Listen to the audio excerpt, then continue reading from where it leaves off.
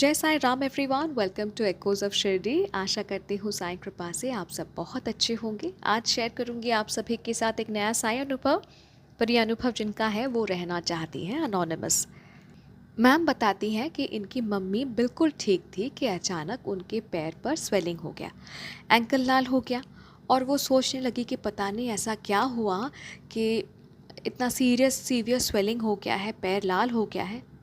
उनको चलने में दिक्कत होने लगा, साथ ही साथ उसी हालत में पूरे घर का काम अकेले संभालना, सब मिलाकर वो बहुत सफ़र कर रही थी।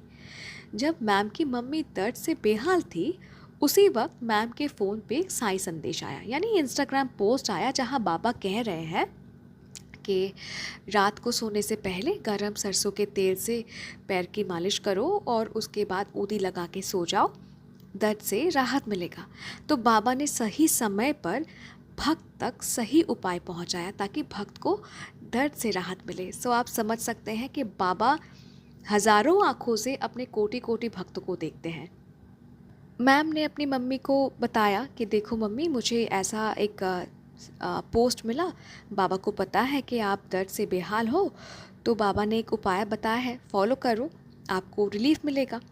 मैम की फैमिली बाबा को बहुत मानते हैं, अंधविश्वास करते हैं। अब इनकी मम्मी एक दो दिन सोने से पहले गरम सरसों के तेल से एंकल की मालिश करती हैं, फिर ऊदी लगाकर सोती हैं, पर उसके बाद ना और कंटिन्यू नहीं कर पाती प्रोसीड्यूर की, क्योंकि सारा दिन घर का काम करने के बाद लास्ट में जब खुद की केयर करने का वक्त आता ना, वो छोड़ देती थी। माँ ऐसी ही होती है, सबका ख्याल रखती है पर खुद की नहीं। अब जैसे ही उन्होंने तेल मालिश करना बंद कर दिया, अगले ही दिन उनके एंकल में जो स्वेलिंग था ना, वो और बढ़ गया और दर्द भी सीवियर हो गया, और एंकल का जो मतलब एरिया है ना, वो और मतलब बहुत लाल हो गया और दर्द इनको अब सहा नहीं जा रहा था। तो वो कहने लगी, मतलब मैम की मम्मी कहने लगी कि बाबा ऐसा क्यों इतना दर्द दे रहे हो, मुझसे और सहा नहीं जाता। तो मैम ने कहा कि माँ, बाबा ने तो आपको उपाय बताया था, आपने ही कंटिन्यू नहीं किया, अगर करते तो आपको राहत मिलता, आप ठीक हो जाते, क्योर हो जाते। अब 4-5 दिन बाद मैम को फिर से एक साई संदेश मिला, जहाँ बाबा कह रहे हैं कि पैर के दर्द से राहत मिलेगा पूरी तरह। 21 दिन तक रोज़ 9 बार साई कष्ट निवारण का मंत्र पाठ करो, तुम समझ पाओगे कि मैं तुम्हारे साथ हूँ और ये चमत्कार तुम अपने आँखों से देखोगे। इस संदेश को याद रखिएगा, ठीक है। मैम ने फिर से अपने माँ को बताया कि देखो बाबा ने फिर से एक उपाय बताया है, इस बार फॉलो करो, आपको राहत मिलेगा। और वो शुरू करती है मैम की मम्मी। अब 21 दिन मतलब जो प्रोसीजर बाबा ने बताया है वो पाठ करना वो शुरू करती है, और 1 हफ्ते के अंदर दर्द गायब हो गया। इसी बीच वो एक बार अपने एंकल का एक्सरे करवाती है, जस्ट टू चेक कि ऐसा क्या हुआ कि इतना अनबेरेबल पेन इनको हो रहा था। और एक्सरे से पता चलता है कि एंकल में हेयर लाइन फ्रैक्चर है। अब मैम की मम्मी ना कहीं गिरी थी, ना कहीं उनको चोट लगा था, पर हेयर लाइन फ्रैक्चर हुआ था।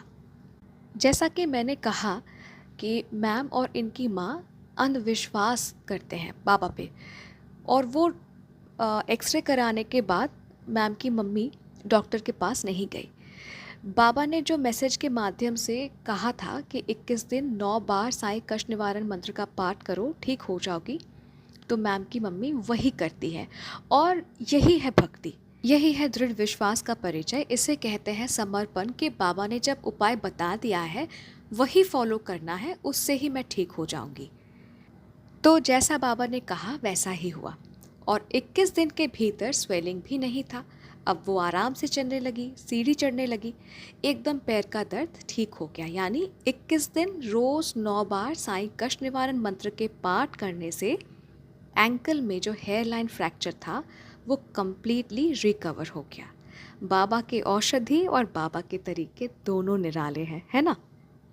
अब जब उनका एंकल कम्प्लीटली क्योर हो गया, मैम को फिर से एक साई संदेश मिला। संदेश में बाबा ने कहा कि अच्छा, अब पैर के दर्द से तुमको राहत मिल गया है ना, एक बात बताओ, क्या तुमने तुम्हारे घर में मेरे स्वरूप को ध्यान से देखा है, महसूस किया है कि मेरे चेहरे पे पहले जैसा मुस्कान नहीं है, मेरे हंसी में एक दर्द महसूस किया है तुमने? पता है ऐसा क्यों? क्योंकि तुम्हारे पैर का संपूर्ण दर्द मैंने ले लिया है, क्योंकि मैं नहीं चाहता कि मेरे बच्चे दर्द सहे। देखना ध्यान से, मेरे पैर को कैसे सूज गया है, गांठ हो गया है मेरे पैर पे। ये संदेश मैम को मिला जब इनकी मम्मी कंप्लीटली रिकवर कर गई थी। अब इनके घर में ना बाबा की फ़ोटो है, तो मैम ने अपने मम्मी से पूछा कि क्या आपने बाबा को गौर से देखा है, कुछ चेंजेस आपने नोटिस किया है क्या बाबा के फ़ोटो में? तो मैम की मम्मी कहती कि हाँ, मैंने देखा है, नोटिस किया है कि बाबा मुस्कुराते तो हैं, पर मुस्कुराहट पर ना एक मानो दर्द छुपा हुआ है। ऐसा लगता है कि बाबा खुल के नहीं हंस रहे हैं पर थोड़े दर्द के साथ हंस रहे हैं। आई एम श्योर जितने भी साईं भक्ति अनुभव सुन रहे हैं, हम सभी ने ये फ़ील किया है कि हमारे घर में बाबा की जो फ़ोटो या स्वरूप है, वो मुस्कुराते हैं। लगता है कि बात कर रहे हैं हमसे, अपना भाव प्रकाश करते हैं। कभी कभी लगता है कि वो गंभीर हैं, कभी कभी लगता है कि वो बहुत खुश हैं, हंसते हैं, है ना? तो मैम की माँ ने भी वही फ़ील किया था। अब सब कुछ सुनने के बाद जब मैम जाकर बाबा के फ़ोटो को ध्यान से देखती है, तब नोटिस करती है कि बाबा के पैर पे ना स्वेलिंग, मतलब फ़ोटो पे स्वेलिंग आ गई है बाबा के पैर में। मतलब बाबा दिखा रहे हैं कि उनका पैर सूज गया है। बाबा ने इस लीला के माध्यम से अनुभव करवाया कि आज भी अपने भक्तों के हिस्से का दुख दर्द बाबा अपने ऊपर ले लेते हैं। और ये देखकर दोनों माँ बेटी रो पड़ी, क्योंकि एक तरफ खुद को बहुत धन्य महसूस कर रहे हैं कि साईं किस प्रकार इनके साथ है, रक्षा कर रहे हैं, और दूसरी ओर वो बहुत दुखी थे ये सोचकर कि बाबा ने उनका दर्द अपने ऊपर ले लिया और वो असहनीय पीड़ा को बाबा खुद झेल रहे हैं।